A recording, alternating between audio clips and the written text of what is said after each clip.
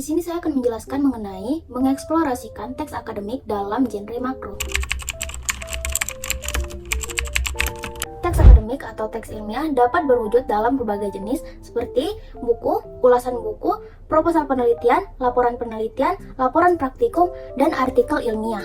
Jenis-jenis tersebut merupakan genre makro yang masing-masing di dalamnya terkandung campuran dari beberapa genre mikro seperti deskripsi, laporan, prosedur, eksplanasi, eksposisi, dan diskusi.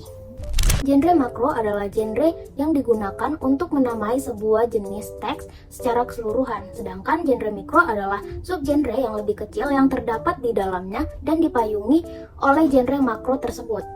Ada perbedaan antara teks akademik dan teks non-akademik yang mana perlu dijelaskan secara memadai dengan mengidentifikasikan ciri-ciri yang ada. Teks akademik mempunyai ciri-ciri antara lain seperti sederhana, padat, objektif, dan logis. Akan tetapi, selama ini belum terdapat bukti-bukti empiris yang diajukan untuk memberikan penjelasan yang memadai secara logistik tentang pengertian sederhana, padat, objektif, dan logis.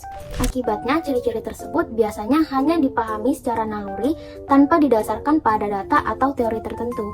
Selain ciri-ciri di atas, masih terdapat sejumlah jenis teks akademik yang perlu dijelaskan secara memadai. Ciri-ciri tersebut antara lain seperti teks akademik itu lugas, baku, bersifat taksonomi, dan abstrak, banyak memanfaatkan metafora gramatika, banyak memanfaatkan proses relasional, dan banyak memanfaatkan pengacuan eksfora serta faktual dalam hal genre. Ciri-ciri tersebut lebih sulit untuk dipahami daripada ciri-ciri yang ditunjukkan dengan istilah sederhana. Hal ini disebabkan oleh kenyataan bahwa ciri-ciri tersebut tidak mengacu kepada penggunaan bahasa sehari-hari, melainkan langsung kepada penggunaan bahasa secara khusus, yaitu bahasa teknis pada teks akademik. Lalu, apa sih perbedaan antara teks akademik dan teks non-akademik? Perbedaan teks akademik dan teks non-akademik tidak dilihat sebagai perbedaan antara hitam dan putih. Perbedaan tersebut dilihat dari kecenderungan ciri-ciri yang dikandung oleh teks tersebut, yang dimana teks akademik diasosiasikan sebagai teks tulis, sedangkan teks non-akademik diasosiasikan sebagai teks lisan. Namun, teks tulis bukanlah teks yang dimediakan secara tulisan, dan sebaliknya, teks lisan bukanlah teks yang dituturkan secara lisan. Sebagai contohnya, teks berita yang didengarkan di radio adalah teks tulis yang dimediakan secara lisan, dan naskah drama dalam bentuk dialog adalah teks lisan yang dimediakan dengan tulisan. Adapun contoh perbedaan antara teks akademik dan teks non-akademik pada tabel berikut. Pada teks akademik, pemilihan nomina bukan verba untuk menggambarkan proses bukanlah suatu kebetulan, melainkan suatu tuntutan. Nomina merupakan salah satu alat untuk mengabstraksikan peristiwa sehari-hari menjadi teori.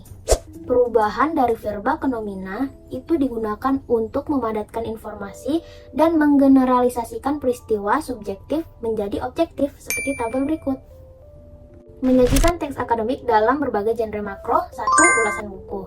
Ulasan buku juga disebut resensi. Ulasan buku juga sering dipakai sebagai bahan kritik terhadap sebuah buku. Menurut Hadalman, dalam Keterampilan Tulis 2016, resensi adalah tulisan ilmiah yang membahas isi sebuah buku, termaksud kelemahan dan keunggulannya, untuk diberitahukan kepada pembaca.